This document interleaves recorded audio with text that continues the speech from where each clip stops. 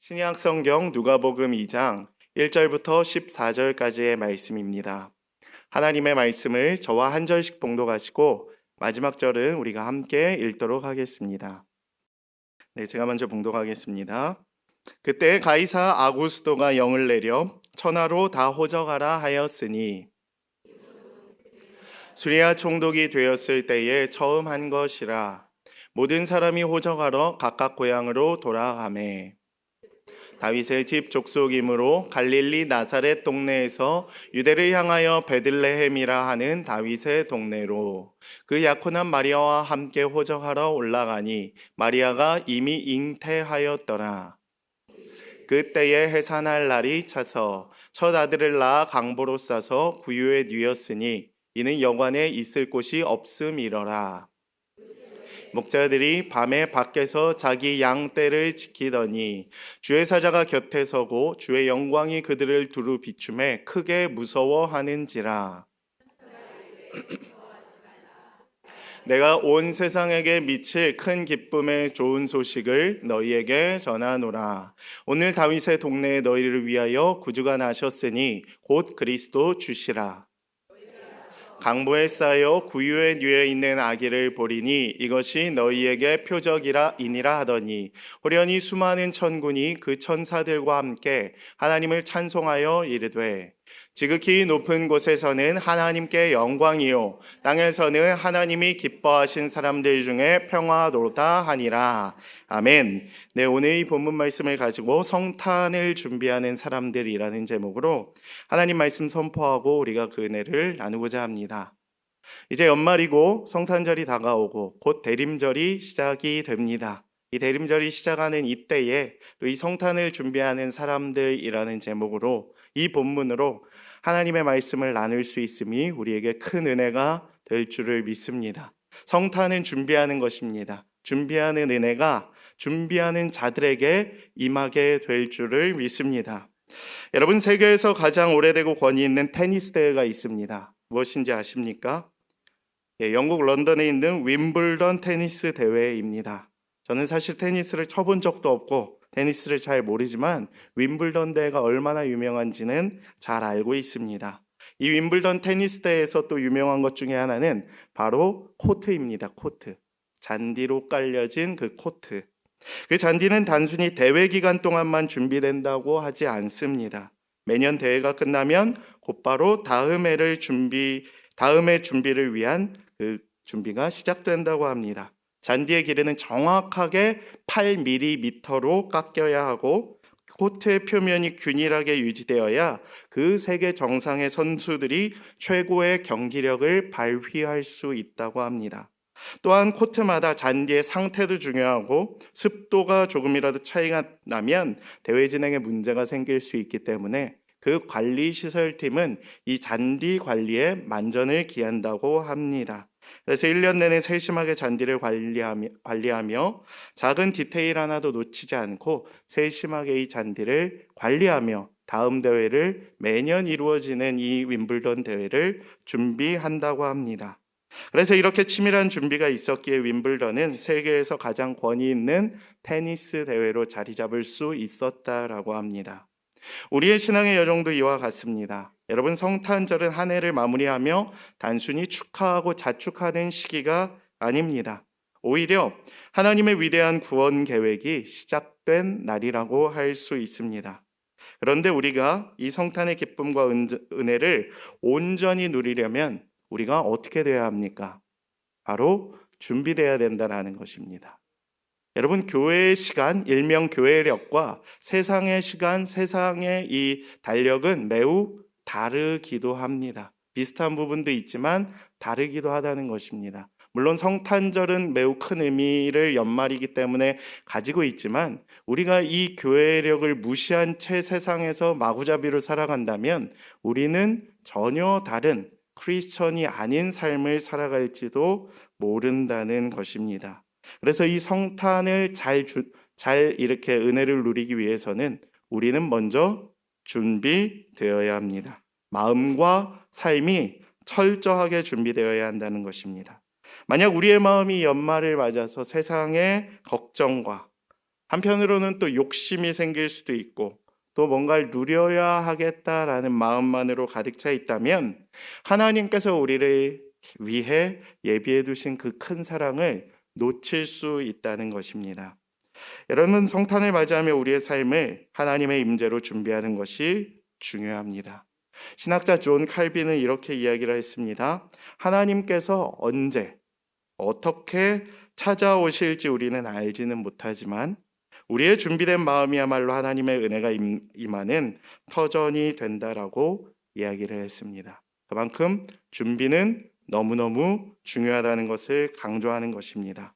저는 이번 성탄절 또 이번 대림절 우리의 마음이 잘 준비되어서 하나님의 은혜, 예수 그리스도의 그 크신 구원의 사랑을 우리가 온전히 경험할 수 있게 되기를 소망합니다.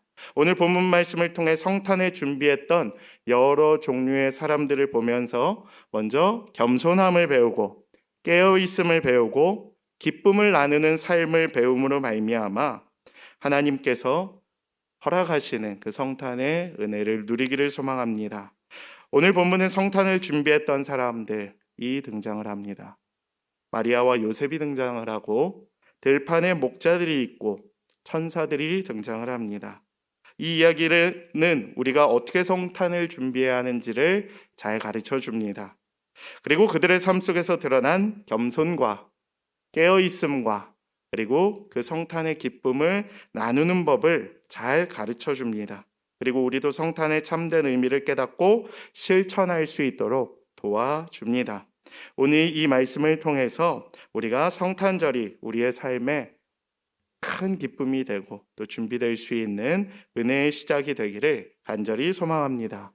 먼저 첫 번째 메시지는 오늘 우리들에게 이렇게 가르쳐 줍니다. 성탄을 준비하는 사람들이 있었는데 그 사람들은 어떠한 사람들이었냐? 첫 번째, 겸손한 사람들이었다는 것입니다. 여러분, 성탄은 겸손입니다. 따라해 보겠습니다. 겸손한 사람들. 겸손입니다. 준비가 중요한데 준비를 세 가지 포인트로 나눌 수 있는데 첫 번째는 겸손이라는 거예요. 겸손을 준비해야 됩니다. 오늘 본문 말씀의 시작이 이렇게 됩니다. 로마의 황제가 등장을 해요.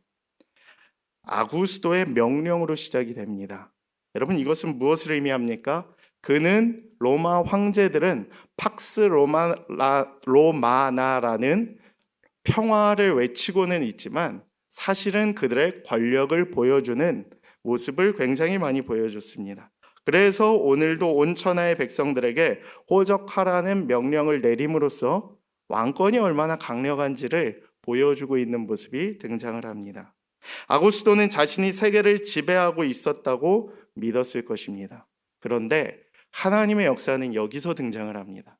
여러분, 세상이 모든 것을 다 가진 것 같고 무엇인가 강함이 이 세상을 통치하는 것 같고 권력이 세상을 통치하는 것 같지만 그 그림 속에서 그거보다 더 크신 하나님의 섭리가 있다는 것입니다.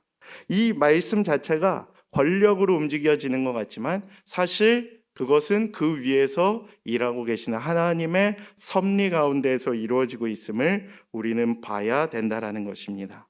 겉으로는 세상의 권력이 움직이는 것처럼 보이지만 실제로는 하나님의 구원의 계획이 진행되고 있다는 사실을 우리들에게 가르쳐 주고 있습니다. 요셉과 마리아는 그 권력 때문에 움직이는 것처럼 보여요. 나사렛에서 베들레헴까지 강제로 이동을 하고 있지만 이 거리가 사실 상당했습니다. 145km 정도. 여기서 대전까지는 아니고 한 천안 이 정도 거리인 것 같습니다. 걸어서는 일반인의 걸음으로도 35시간 정도, 하루에 한 8시간 걷는다라고 한다면 한 4일 정도 걸리는 거리였습니다.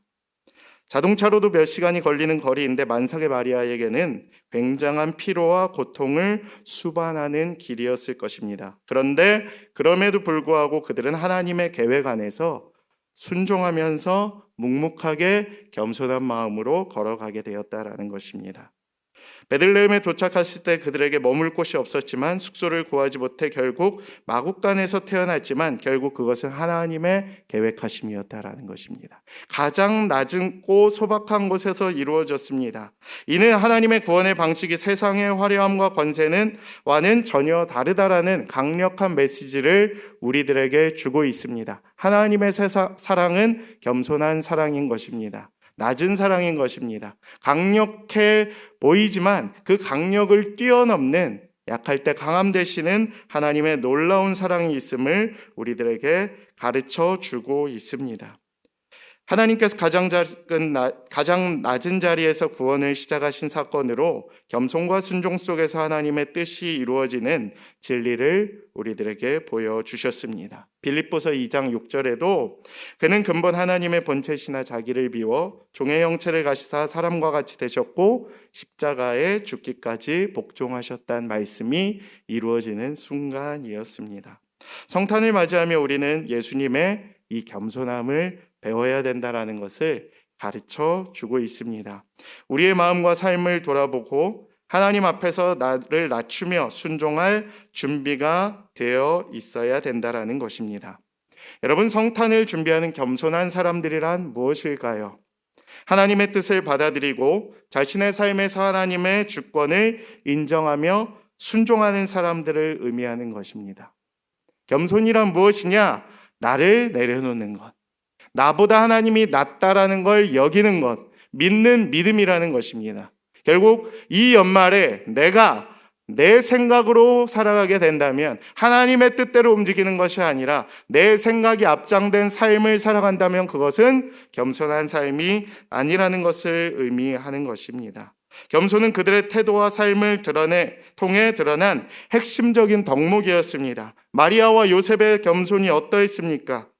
마리아는 천사의 수태고지를 들었어요. 얼마나 놀랐겠습니까? 그러나 하나님의 말씀에 순종했어요. 그러니까 나보다 하나님이 더 낫다는 것을 인정한 거예요. 인간의 생각으로는 이해되지 않는 것들이 있어요. 삶을 살아가면서 나의 계산, 나의 계획, 나의 준비 완벽했는데 그것이 통하지 않는 순간들이 있다는 것입니다. 우리는 그때마다 하나님을 원망하죠. 내가 하나님보다 낫다라고 생각하기 때문에 하나님의 계획을 이해할 수 없는 모습을 보입니다. 그러나 하나님의 생각은 더 크시다는 거예요. 나는 완벽하고 나는 계획적이고 나는 다 준비가 되었지만 그것을 뛰어넘는 하나님의 계획하심이 있다는 사실입니다. 나의 계획이 틀어질 수 있어요. 충분히. 내년을 준비하면서 나의 새로운 사업, 나의 새로운 가정을 이루기 위해 나섰던 모든 것들이 다 달라질 수 있어요. 그때마다 우리는 하나님을 원망하는 것이 아니라 나보다 하나님을 더 낮게 여기는 것이 겸손이라는 것입니다. 이 성탄의 기쁨에 참여할 때에 우리는 나의 계획과는 다른 하나님의 인도하심에 순종해야 됩니다. 요셉도 그러하지 않았습니까? 인간의 머리로는 도저히 이해할 수 없는, 어떻게 보면 이런 기적과 같은 일이 그에게 일어났습니다. 어떻게 보면 불행한 기적이었죠. 믿을 수 없어야만 하는 기적이었죠. 그러나 그것을 믿었습니다. 그렇기 때문에 예수 그리스도가 탄생할 수 있는 놀라운 은혜가 그의 가정을 통해 이루어지게 되었습니다.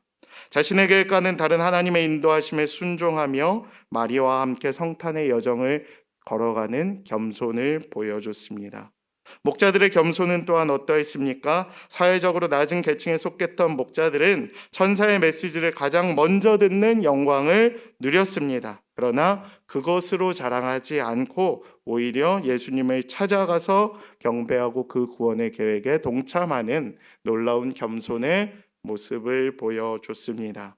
여러분, 겸손은 단순히 자신을 낮추는 데 그치지 않고 하나님의 뜻을 인정하고 따르는 태도에서 시작이 됩니다. 이는 성탄의 본질과도 연결되며 예수님께서 마국간이라는 가장 낮은 자리에서 태어나심으로 드러난 하나님의 겸손과도 일치합니다. 이 연말 여러분 겸손하실 수 있게 되기를 소망합니다. 겸손은 자신의 위치를 아는 거예요. 내면에서 하나님 앞에 나를 낮추고 하나님의 주권을 인정하는 마음으로 가득 차는 것이 진정한 겸손이 될 줄을 믿습니다. 그리고 그 겸손의 끝판왕, 완결체는 무엇이냐? 순종이다. 하나님의 말씀에 순종하며 내 계획대로 이루어지지 않는 일들이 연말에 많을지라도 하나님께서 나의 길을 인도하심을 믿고, 마리아와 목자들이 그러한 겸손한 마음으로 주님께서 인도하시는 그 길을 걸어갔더니, 그때는 세상이 다 이기고 세상이 휘두르고 돈에 좌지우지되고 권력이 완승하는 것처럼 보였지만, 결국 하나님이 이기시고 예수님이 탄생하시고 그 구원의 계획하심과 섭리가 이루어졌음을 믿으시고, 오늘도 여러분의 삶 속에서 겸손히 주님만을 따라가는 백성들 되기를 소망합니다. 두 번째 메시지는 깨어있는 사람들을 말씀하고 계십니다. 여러분, 성탄을 준비할 때는 깨어있는 사람들이 되어야 합니다. 첫 번째는 겸손한 사람, 두 번째는 깨어있는 사람이라는 것입니다. 천사들이 구주의 탄생을 전한 대상은 놀랍게도 들판에서 밤새 양떼를 지키던 목자들이었습니다. 목자들은 당시 사회에서 굉장히 낮은 계층에 속했다라고 합니다. 그리고 종종 부정한 직업으로 간주되기도 했습니다.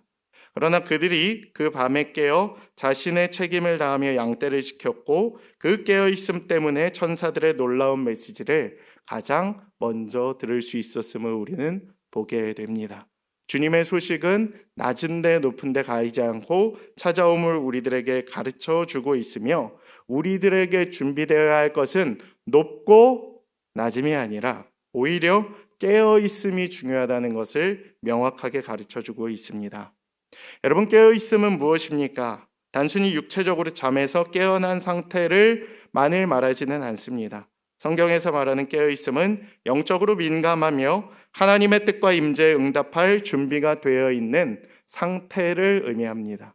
여러분, 깨어있을 수 있게 되기를 축복합니다. 단순한 경계심이나 주의력을 넘어서 우리의 내면이 하나님 앞에 온전히 열려있고, 우리의 모든 회로, 주파수, 모든 민감함이, 귀가, 신경이 다 하나님께로 이렇게 초점을 맞출 수 있게 되기를 간절히 소망합니다. 성탄 본문에서 등장하는 들판의 목자들은 이 깨어있음의 본질을 우리들에게 가르쳐 주고 있습니다. 낮은 계층이었지만, 천대받는 사람들이었지만 자신들에게 맡겨진 책임을 다하며 밤에도 양떼를 지키고 있었습니다. 이것을 비유적으로 우리들에게 깨어있으라고 이야기하고 계신 것입니다. 여러분, 깨어있으면 하나님의 음성을 듣는 준비 상태를 의미합니다. 깨어있음은 우리의 영혼이 하나님의 말씀과 그분의 음성에 민감하게 반응할 수 있는 상태입니다. 단순한 정보가 아니라 하나님의 구원의 계획에 동참하라는 그 초대를 듣게 할 수 있는 상태로 우리를 만들어야 된다는 것을 의미합니다. 마태복음 24장에도 이렇게 등장합니다. 그러므로 깨어있으라. 어느 날에 너희 주가 임할는지 너희가 알지 못함이라 말씀하셨던 주님의 말씀과 같이, 깨어있는 사람만이 하나님의 뜻을 듣고 하나님의 역사를 경험하고 그리고 응답할 수 있는 자들이 될 줄을 믿습니다. 여러분, 오늘날 우리들의 삶은 너무나도 분주합니다. 사실 깨어있기 위해서는 사실 우리에게 필요한 것은 저는 고요함이라고 생각합니다. 그리고 때로는 뭔가 안정감, 평온함이 우리들에게 필요해야 할 줄 믿습니다. 그런데 그 반대되는 분주함이 우리에게 너무 많습니다. 바꿔 얘기하면 분주하면 영적으로 깨어있기가 쉽지 않다는 것을 의미합니다. 너무나도 분주한 삶 가운데에서 중심을 잡지 못한 삶을 살아갈 때에, 염려 속에서, 끝없는 업무 속에서 하나님을 놓치고 살아갈 때에 우리는 하나님의 음성을 듣지 못할지도 모른다는 것입니다. 그렇기 때문에 성탄을 준비하며 우리의 마음을 정돈할 수 있게 되기를 바랍니다. 연말이라고 얼마나 행사가 많고 얼마나 모임이 많고 얼마나 해야 할 것들이 많이 있습니까? 그러나 그러한 와중에도 우리는 스스로 이 고요함 가운데 머물러야 할 줄을 믿습니다. 말씀을 읽고 기도하며 하나님의 뜻에 귀를 기울이는, 하나님께 나의 마음의 시선을 초점을 맞출 수 있는 자들이 되어야 할 것입니다.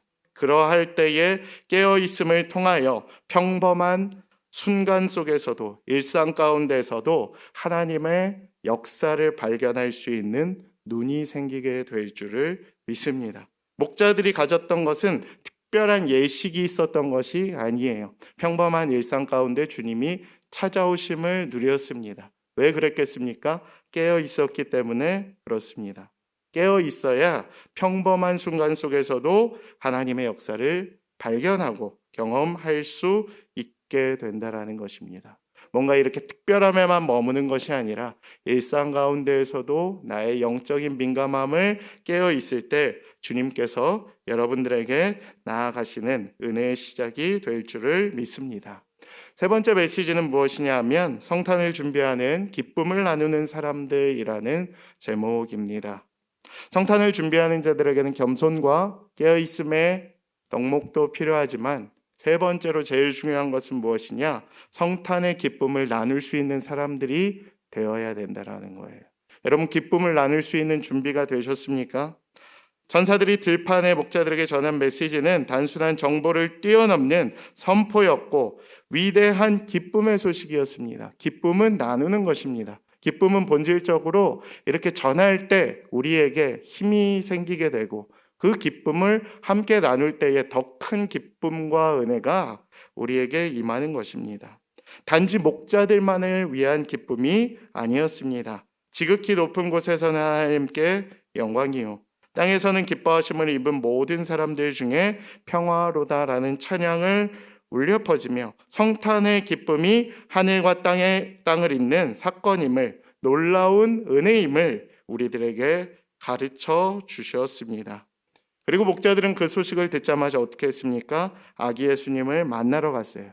그리고 그 만남의 기쁨을 또 전하는 위대한 전파자가 되었다는 것을 우리들에게 가르쳐 주고 있습니다. 여러분, 순종은 또 무엇이냐 하면 행동으로 나아가는 믿음을 의미합니다. 목자들은 단순히 듣고 머무는데 그치지 않았습니다. 나아갔고 그것을 전하는 사람이 되었습니다.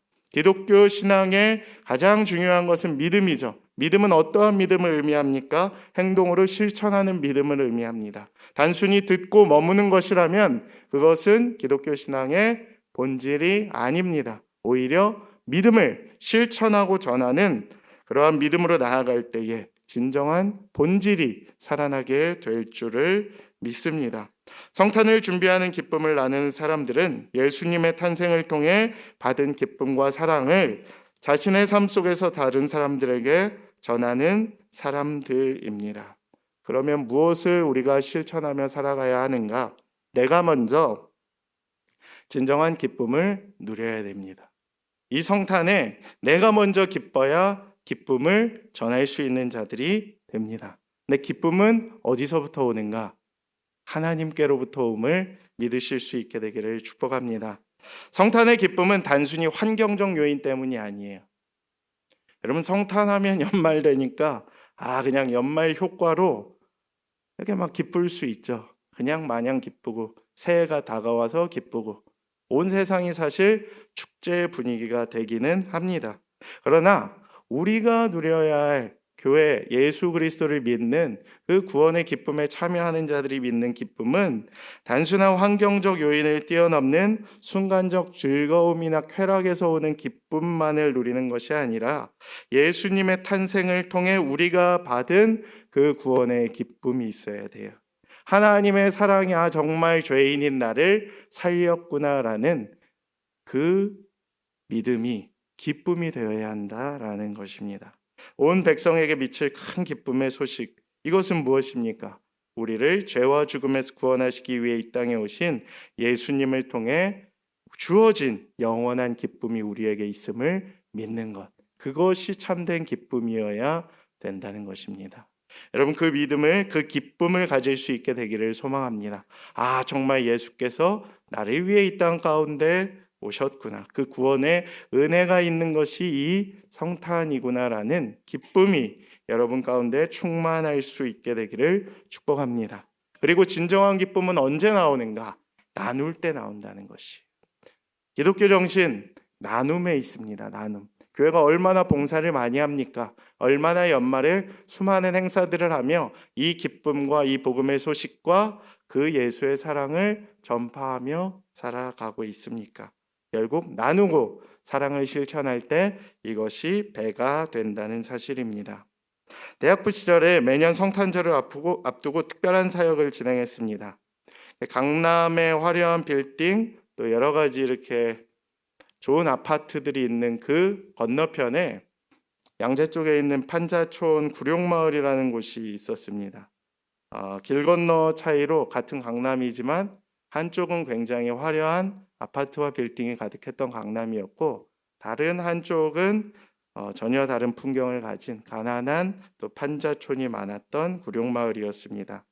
그런데 24일이 되곤 하면 우리는 연탄을 배달하러 갔습니다. 구룡마을은 그 강남에 있었지만 비좁고 낡은 판잣집들이 모여 있었고, 겨울이면 추위가 더 매섭게 느껴지는 지역이었습니다. 근데 수백 명의 대학생들이 가서 무거운 연탄을 지게로 얻는 게 아니라 이렇게 배달로 오면 이렇게 줄줄이 서서 수백 명이 이렇게 인간띠를 이뤄서 바로바로 나르는, 그래서 그 가정마다 한 500개씩 500장씩 뭐 한 수백 장씩 이렇게 연탄을 쌓아드리고, 그래서 겨울을 따뜻하게 나실 수 있도록 돕는 사역이었습니다.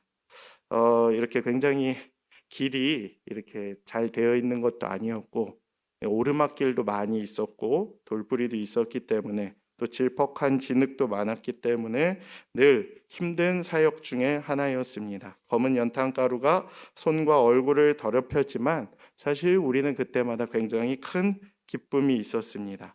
연탄 몇 장을 받고 굉장히 그 미소를 짓고 고마워하시는 그분들의 모습을 보며 젊었던 우리들의 그 섬김은 굉장히 큰 은혜가 되었고, 이것이 진정한 성탄의 기쁨이다라는 것을 깨닫게 되었습니다. 연탄 몇 장이 이렇게 큰 감사의 제목이 될 수 있는 걸 우리는 그때 깨닫게 되었습니다.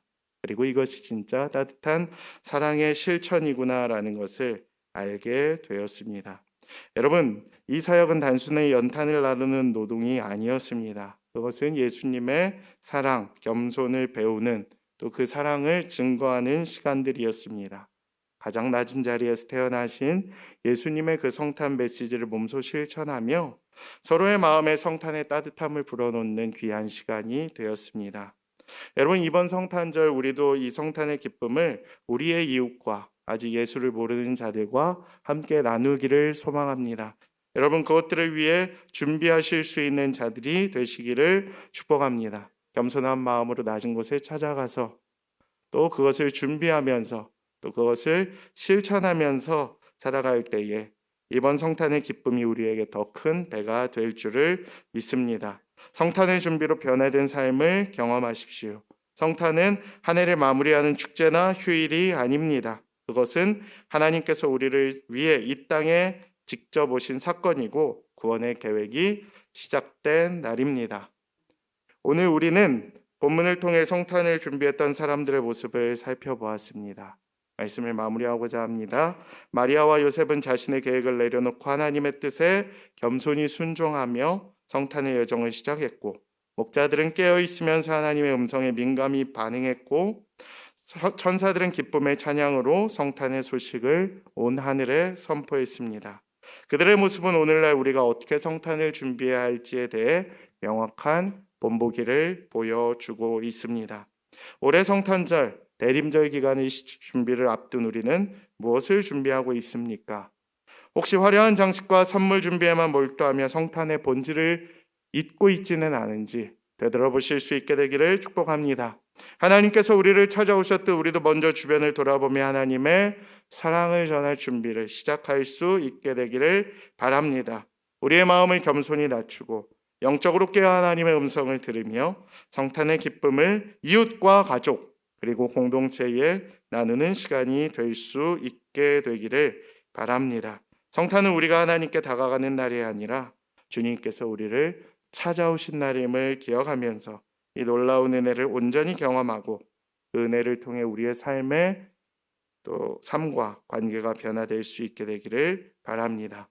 이번 성탄 여러분의 가정과 교회와 교회에 하나님의 그 사랑과 구원의 기쁨이 가득하기를 주님의 이름으로 축복합니다.